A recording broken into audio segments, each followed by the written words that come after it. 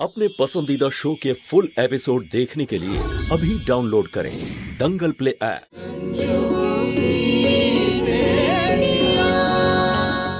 শোনো না গো, চলে যেও না এইভাবে। তুমি যেও না, আমি তোমার সামনে হাত জোড় করছি। গুড্ডু বাবু অন্য মহিলার সঙ্গে জোট বেঁধে জীবন কাটাবে? ও আমার স্ত্রী, বিয়ে করে নিয়ে এসেছি আমি ও যদি তোমার স্ত্রী হয় তবে একে ও হলো আমার ভুল। আর আজ যদি তুমি এই বাড়ির চৌকাটের ওপারে পা রাখো তবে মনে রাখবে ফিরে আসবার আর কোনো সুযোগ পাবে না। আমি সারা জীবনের মতো চলে যাচ্ছি। বৌমা, আসছি মা।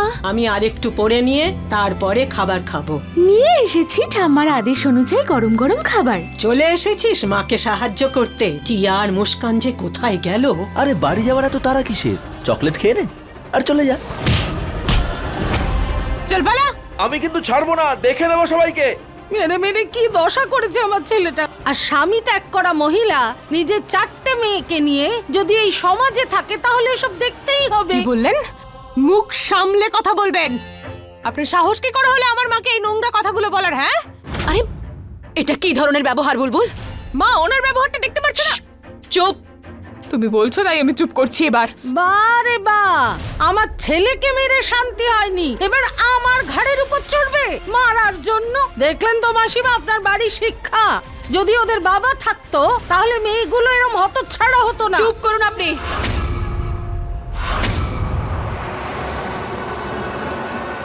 অনেক বাজে কথা বলেছেন আপনি। আমি চুপ করে আছি বলে এটা ভাববেন না যে আমি কোনো অন্যায় করেছি। আপনি আপনার সীমার মধ্যে থেকে কথা বলুন, সেটাই ভালো হবে। এখানে মেয়েগুলোর নামে নালিশ করতে এসেছিলাম, এ তো উল্টে আমাকে হুমকি দিচ্ছে। আমি আপনাকে হুমকি দিচ্ছি না, আমি শুধু বোঝানোর চেষ্টা করছি। আমার শিক্ষা সংস্কারে বড় হয়েছে ওরা, তাই ওদের মধ্যে কতটা সংস্কার আছে সেটা আপনার থেকে ভালো জানি। আর যদি আপনি জানার চেষ্টা করেন তাহলে আপনাকে ওরা ভালো করে বুঝিয়ে দেবে যে ওদের মধ্যে কতটা সংস্কার আছে। আপনি বলছেন যে আমার বুলবুল আপনার ছেলে গুল্লুকে মেরেছে। আচ্ছা, আপনি কি আপনার ছেলেকে এটা জিজ্ঞেস করেছেন যে ও কি এমন অন্যায় করেছে যার জন্য ওকে মার খেতে হলো? বল না বাবা। আরে আমি আছি তো, কিসের ভয়? আরে বল না গুল্লু, বল না বাবা, বলছিস না কেন? ও আর কি বলবে, আমি বলে দিচ্ছি। রাস্তায় দাঁড় করিয়ে আমার বোনেদেরকেও বিরক্ত করছিল। সাহেব চকলেট খাওয়ানোর চেষ্টা করছিলেন।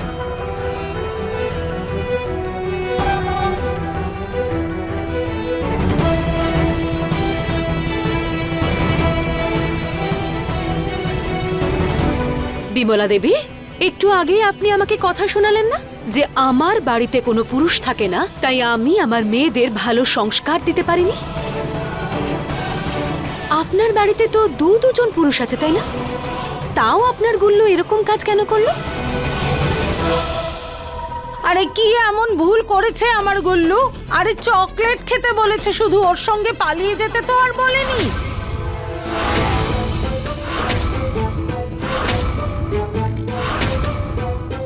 এবার চুপ করো বিমলা, আগে ওনার কথাটা তো শুনো। আরে কেন থামবো শুনি? যখন খোলাখুলি কথা হচ্ছে আমিও বুক ঠুকে কথা বলবো। আমার গুল্লুকে আমি খুব ভালো করে চিনি, ও কোনো খারাপ কাজ করতে পারে না। এই মেয়ে দুটোই হয়তো কেউ উস্কেছে। স্কুল থেকে সোজা বাড়ি আসাটাকে উস্কানো বলে নাকি কাকিমা?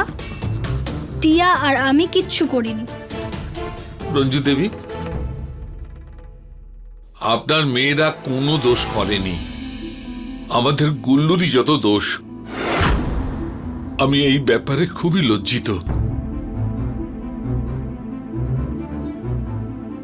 হতচ্ছাড়া, ক্ষমা চাই এদের কাছে, ক্ষমা চাই এদের কাছে। ওকে, আমার গুল্লু কারোর কাছে ক্ষমা চাইবে না। ঠিক বলেছ বিমলা, দোষ তোমার গুল্লুর হতেই পারে না।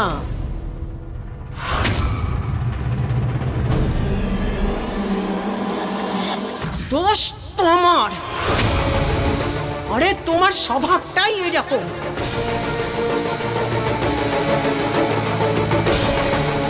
আরে আজ ছেলে লোকেদের বিরক্ত করছে, কাল তোমাদের করবে।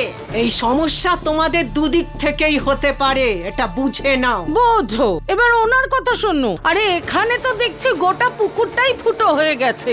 আমারই মাথা খারাপ হয়েছিল যে এদের কাছে নালিশ করতে এসেছিলাম।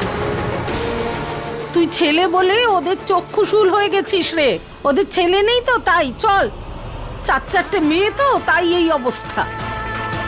আরে শুনতে পাচ্ছ না নাকি? কি করছো? এখানে কি সমাধি নেবে?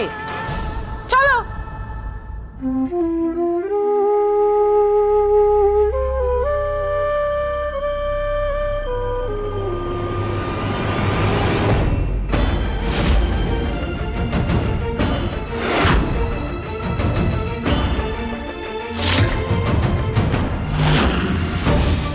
আরে বাবা ভুবন, এখানে এসো। দরজার সামনে দাঁড়িয়ে আছো কেন? প্রণাম মাসিমা। বেঁচে থাকো।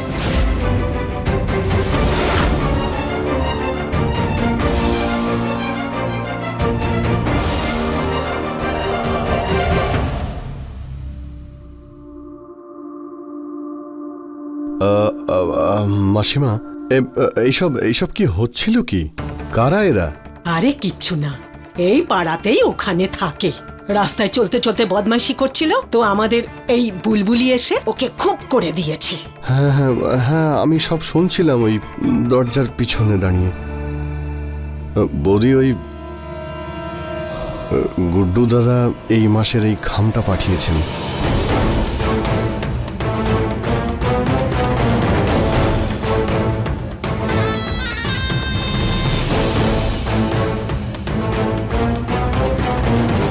আরে বাবা, বস বস বস। আরে কি দাঁড়িয়ে দাঁড়িয়ে কি শুনছো কি তোমরা? যাও ভুবন কাকার জন্য জল খাবার নিয়ে এসো। মা, আমার কলেজে যেতে দেরি হয়ে যাচ্ছে, ইম্পর্টেন্ট লেকচার অ্যাটেন্ড করতে হবে। এমনিতেই আজ অনেক দেরি হয়ে গেছে। দি, তুই আমার সঙ্গে যাবি না আমি একাই যাব? আমি সঙ্গে যাচ্ছি। কেন একা যাবি তুই? আগে আমার সঙ্গে ভিতরে চল, একটু কথা আছে। এবার চুপচাপ এখানে দাঁড়া। আমার মাথা কিন্তু অনেক আগে থেকেই গরম হয়ে আছে, তারপরে এই লোকটা হঠাৎ করে এসে আমার মাথা আরো গরম করে দিল। তুই জানিস না দিদি, আমি আমার রাগ কিভাবে কন্ট্রোল করছি। যখন তখন চলে আসে এই বাড়িতে। আরে কি, এখন সত্যি ওই ভুবনের জন্য তুই চা বানাচ্ছিস? হ্যাঁ, তুই বললে তোর জন্যও করব। তোর মাথাটা একটু ঠান্ডা হবে। দিদি, তুই কি কিছু বুঝতে পারিস না নাকি? বুলবুলি, আমি সব বুঝি। আর তুই তোর শক্তি কেন সব সময় ভুল জায়গায় দেখাস? ভুল জায়গা? দিদি, এটাই তো আসল জায়গা। তুই দেখিস ওই ভুবনকে এমন পাঁচ মারবো না যে ওই ভুবন তারপরে ত্রিভুবনে পৌঁছে যা যাবে। মুখে এসে বলছিস বুলবুলি, সব সময় তোর মাথা গরম। দিদি, আমার মাথা এমনি এমনি খারাপ হয় না। যখন এই ভুবনকে দেখি তখনই খারাপ হয়ে যায়। প্রত্যেক মাসে এটা মনে করাতে চলে আসে যে আমাদের কোনো একটা বাপও রয়েছে। বোন, কিন্তু এই কথাটাও তো সত্যি যে আমাদের একজন বাবাও আছেন, আর এই কথাটা তো আমরা অস্বীকার করতে পারি না। দিদি, তুই আর মা না সত্যিই মহান। জানি না এত সহ্য শক্তি কোত্থেকে আসে। আমার দ্বারা হবে না, সত্যি বলছি। একদিন কিন্তু আমি বাস্ট করব, তারপরে আমাকে কন্ট্রোল করা কিন্তু খুব চাপ হবে বলে দিচ্ছি। দাঁড়া, আমার কথা শোন। দিদি, বুলবুল দিদি তো একদম ঠিক কথাই বলছিল।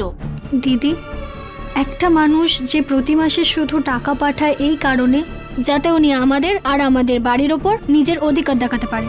আরে যে মানুষটা আমাদের নিজের ইচ্ছায় ছেড়ে গেছে, তাহলে এই টাকা পাঠানোর নাটকটা কেন করে? ওই লোকটা না, উনি আমাদের বাবার আগে আমাদের মায়ের স্বামী। আর যা কিছুই হয়েছে সেটা ওনাদের মধ্যে হয়েছে। আর যতক্ষণ মা নিজে ভুবন কাকাকে এখানে আসা থেকে না আটকাতে পারবে, ততক্ষণ আমাদের কারোর কিচ্ছু বলার অধিকার নেই। বুঝলি তোরা? এবার মাথায় ঢুকলে ভুবন কাকাকে গিয়ে চা জল খাবার দিয়ে আয়। ততক্ষণ আমি গদাধারী ভীমকে সামলে আসি। তারপরে বলো ভুবন, আমার ছেলেটা কেমন আছে? ভালো আছে তো? সবাই খুব ভালো আছে মাসিমা। আপনার কথা খুব মনে পড়ে ওনার। মনে করে তো এখানে কেন আসে না? ওই বাড়ি ছেড়ে আমরা এই বাড়িতে চলে এলাম, তা সত্ত্বেও দেখা করতে আসে না, খোঁজও নেয় না। তেমনটা নয় মাসিমা, আসলে গুড্ডুদা আজকাল খুব বিজি থাকেন। আসলে এত বড় একটা বিজনেস তো, তাই ইচ্ছে থাকলেও সময় বের করতে পারেন না উনি।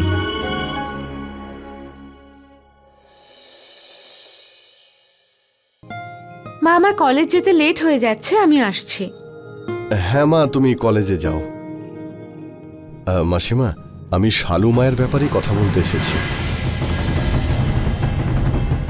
গুড্ডুদা বলছিলেন যে মেয়ে তো বড় হয়ে যাচ্ছে, আর দিনকালও তো ভালো নয়, তাই না? তো শালু মায়ের বিয়ের ব্যাপারে ভাবতে বলছিলেন।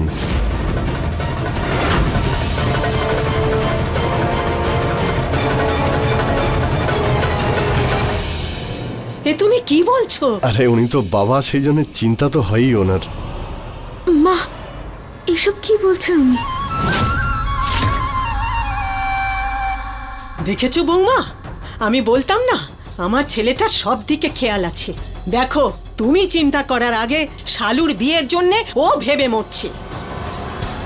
কার বিয়ের কথা বলছো তুমি ঠাকুমা? আরে কার বিয়ে? তোর দিদির। আবার কার? আরে তোর বাবা শালুর বিয়ে দিতে চাইছে।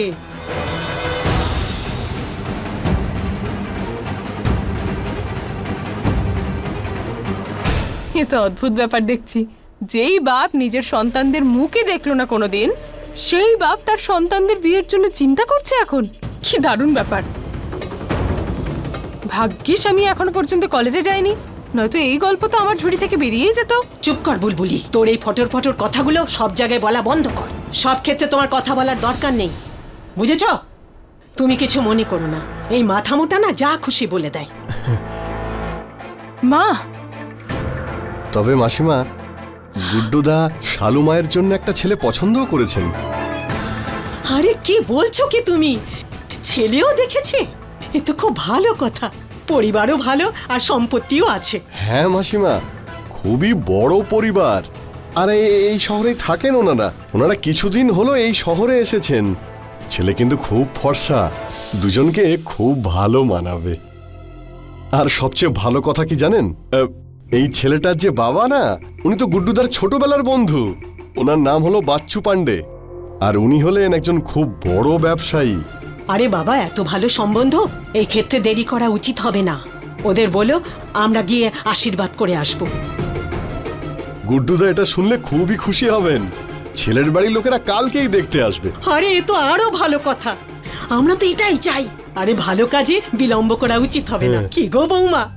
মা, আমি এখন শালুর বিয়ের ব্যাপারে কিছু ভাবতে চাই না। এখন ওকে ওর ভবিষ্যৎটা একটুখানি তৈরি করতে দিন। বিয়ের কথা না হয় পরে ভাবা যাবে।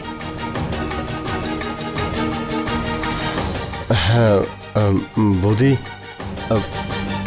আচ্ছা ঠিক আছে, কালকে যদি না হয় তো ওনারা পরশুদিন আসবেন। একদিনে তো আর খুব বেশি অসুবিধা হবে না মাসিমা। ভুবন দাদা, ব্যাপারটা আজ বা কালের নয়। আমি আপাতত আমার শালুর বিয়েই দিতে চাই না। আগে নিজের পায়ে দাঁড়াক, তারপর না হয় বিয়ের কথা ভাবা যাবে। আরে এ তুমি কি বলছো বৌমা? মেয়েদের বিয়েই তো ভবিষ্যৎ গঠন করে। আমার ছেলে এত ভালো সম্বন্ধ নিয়ে এসেছে, আর ছেলের পরিবারও খুব ভালো। না করলে তোমাকে পরে পস্তাতে হবে। মা, আপনার ছেলেরও তো পরিবার খুব ভালো ছিল, ছেলেটাও তো ভালো ছিল। তাহলে কি হলো আমার সাথে? জীবনে কতটা সুখী হলাম আমি। মা, আমার সাথে যা যা ঘটেছে, আমি চাই না আমার মেয়েদের সাথে সেই একই জিনিস ঘটুক। আমার ছেলে ঠিকই বলতো যে ওর এই বাড়িতে কোনো সম্মান নেই। প্রথমে শ্বশুরমশাই ওকে অসম্মান করলো, আর এখন ওর আনা সম্বন্ধ তুমি নাকচ করছো। ভগবান জানে আমাকে আরো কত খারাপ দিন দেখতে হবে। কি বলছোটা কি তুমি ঠাকুমা? আমাদের সঙ্গে তো অন্যায় হয়েছে। যেই বাবা অর্ধেক রাস্তার পর নিজের রাস্তায় পরিবর্তন করে নিল, সে আজ কোন অধিকারে দিদির জন্য সম্বন্ধ পাঠাচ্ছে? ওই যে বলে না, ইঁদুর যেখানে সেখানে বিড়ালের গন্ধ পাওয়া যায়।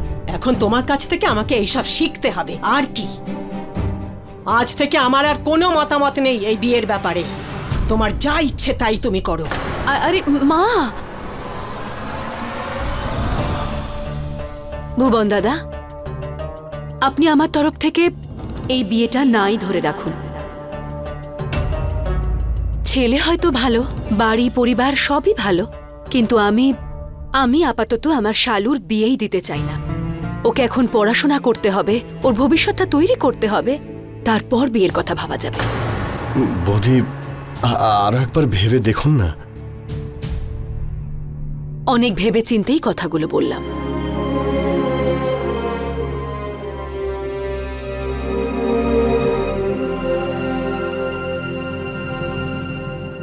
মা,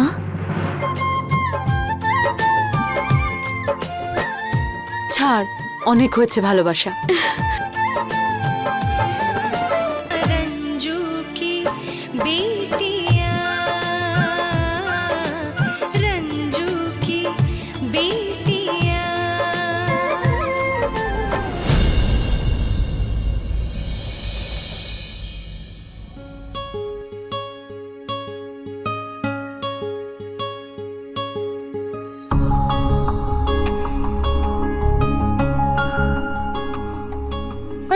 দিদি, কাকে খুঁজছিস? কাউকে না, তুই বস তো। ভালো হয়েছে না, মা ওই লোকটাকে একদম ঠিক উত্তর দিয়েছে। হ্যাঁ হ্যাঁ ঠিক আছে, বস।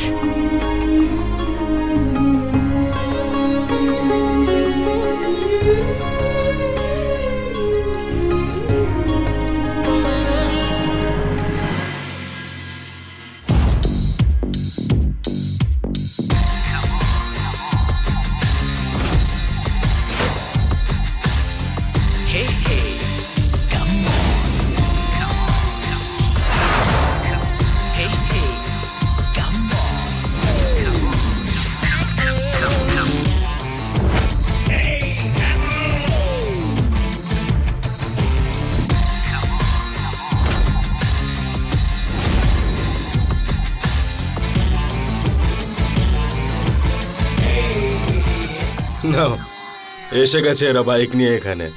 ধুম বয়স, লাকি ভিকি, এরা যেই এখানে আসে না, আমাদের এখানে কিছু না কিছু গন্ডগোল হয়।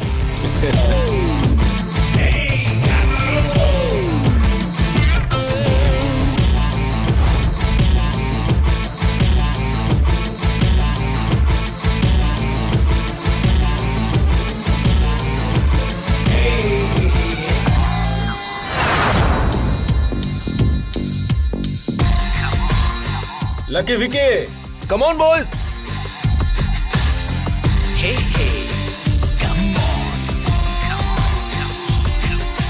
তারপর ভাই,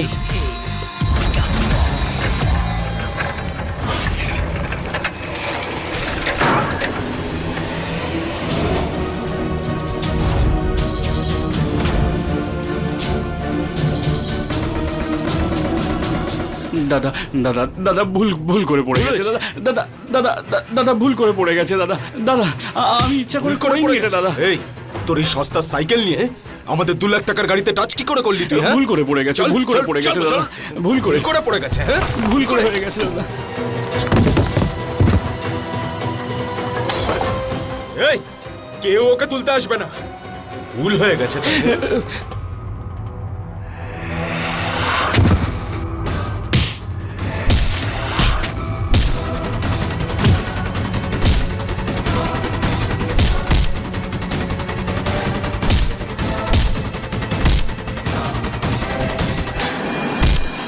আরে এসব কি হচ্ছে? ছাড়ো একে।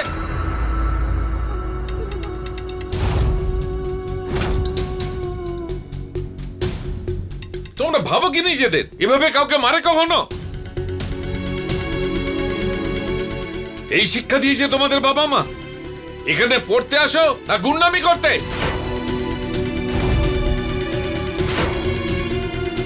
আরে ভাই, এই যে বিশাল আছে না, এই প্রফেসরের ছেলে। ও আচ্ছা, কিন্তু তোমরা এভাবে কাউকে মারতে পারো না।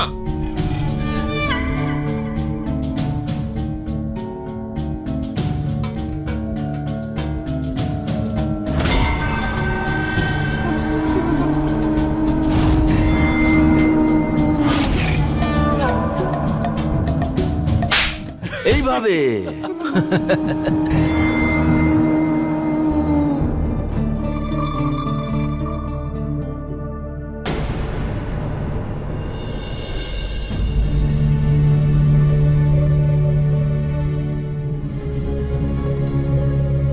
আরে স্যার, আমাদের কথা বুঝতে না পারলে আরেকবার বোঝাবো নাকি? হুম, যেরকম আপনি বোঝান ক্লাসে বাচ্চাদের। আরে মাস্টার, আপনার লেকচার শেষ হয়ে গেছে, যান না নিজের কাজ করুন গিয়ে। যদি কোনো এক্সট্রা ক্লাস নিতে হয় তাহলে দাঁড়িয়ে থাকো। আরে যান যান, কি দেখছেন? আরে ও মাস্টার মশাই, কোথায় চলে যাচ্ছেন আপনি? আমার দামি বাইকটার যে ক্ষতি হয়ে গেল, তার ক্ষতিপূরণটা কে দেবে?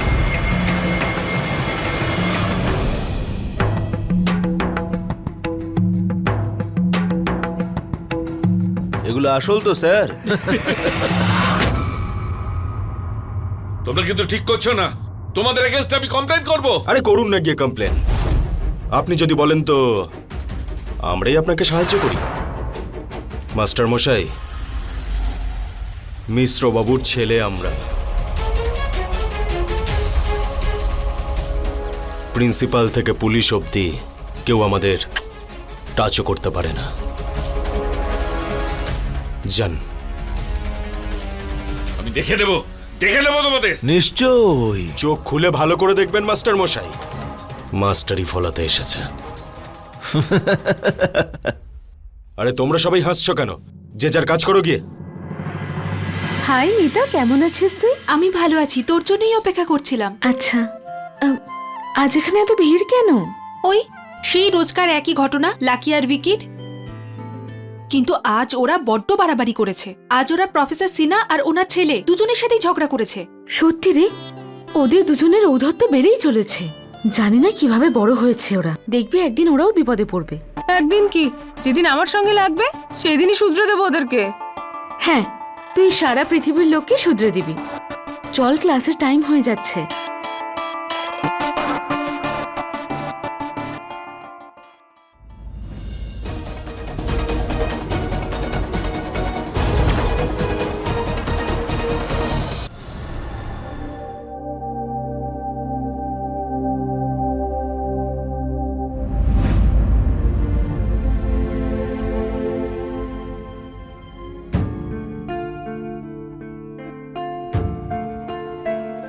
মা, আপনার জন্য একটু আদা দেওয়া চা করে নিয়ে আসি। হ্যাঁ, ওর মধ্যে ইঁদুর মারার বিষও মিশিয়ে দিও। আমি মরে যাব, তোমার মাথার বোঝা হালকা হবে, আর তোমাকে কিছু বলার জন্য কেউ থাকবে না। মহা আনন্দে থাকবে মেয়েদের নিয়ে। মা, কেন আপনি নিজেকে এত কষ্ট দিচ্ছেন? আমি পরিশ্রান্ত হচ্ছি না, তুমি আমাকে পরিশ্রান্ত করছো এই নাটকগুলো করে।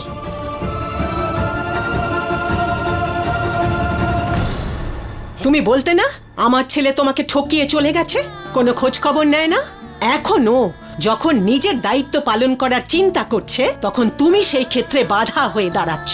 যখন আসতো না তখন বলতে, আর যখন এসেছে তখন মুখ ফিরিয়ে নিচ্ছ। আরে সব মেয়েদের যদি সম্মানের সাথে বিয়ে হয় না, তাতেই সকলের মঙ্গল। ভগবান না করে যদি এদিক ওদিক হয়ে যায় তখন কি করব আমরা? এই বাড়িতে তো কোনো পুরুষ মানুষ নেই। আচ্ছা মা, বিগত 14 বছর ধরে এই বাড়িতে কিন্তু কোনো পুরুষ নেই। সংসার চলছে আর ভবিষ্যতেও চলবে। আরে আগে অন্য কথা ছিল, মেয়েদের অল্প বয়স ছিল তখন। মেয়েরা বড় হওয়ার সাথে সাথে পাড়ার লোকেরা কথা বলতে শুরু করে। দেখো, এই পৃথিবীটাকে তোমার থেকে আমি বেশি চিনি, এই জন্য ভয় পাচ্ছি। আমি আপনার ভয়টা বুঝতে পারি মা, সেই জন্যই তো আমার মেয়েদেরকে সাহসী তৈরি করছি, যাতে ওরা সমাজে মাথা নিচু করে নয়, মাথা উঁচু করে বাঁচতে পারে। শালুর বাবা যখন আমাকে ছেড়ে দিয়ে চলে যায় তখন আমার কোনো যোগ্যতা ছিল না, তাই এই দুর্দশা হয়েছিল আমার। অনেক লড়াই করে এতদূর পৌঁছেছি, কিন্তু আমি চাই না যে আমার কোনো একটা মেয়ে এইভাবে লড়াই করুক। আমি চাই ওরা যেখানে যেতে চাইবে যেন ছুটে চলে যেতে পারে। যত প্রতিবন্ধকতা আমি দেখেছি, আমি চাই না আমার কোনো মেয়ে সেটা দেখুক। আমি আর আমার কোনো মেয়েকে আরেকটা রঞ্জু হতে দিতে চাই না মা।